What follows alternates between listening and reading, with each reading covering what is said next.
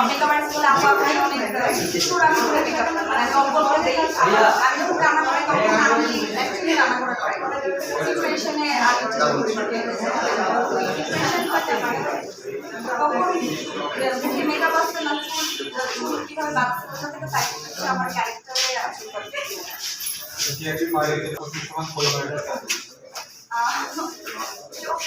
আমার বাকি অনেক বড় হয়েছে সবাই বলে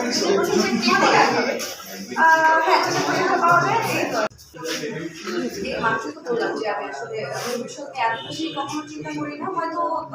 ভালো কিছুই করবো ভালো কিছু করার ঠিক নাই বর্তমানে যেহেতু আছে বর্তমানটা ভালো করে ভালো ভালো কাজ করার চেষ্টা করছি আমার জায়গা থেকে আমার নিজের একটা বিজনেস দিয়েছি সেলুন দিয়েছি সেখানে আমি বেশ কিছু সময় ওখানে আমি কাটাই এবং এর পাশাপাশি আমার ক্যারিয়ার তো আছে এবং আমি ল কমপ্লিট করেছি সামনে ল প্র্যাকটিস করার প্ল্যান আছে এবং বার কাউন্সিল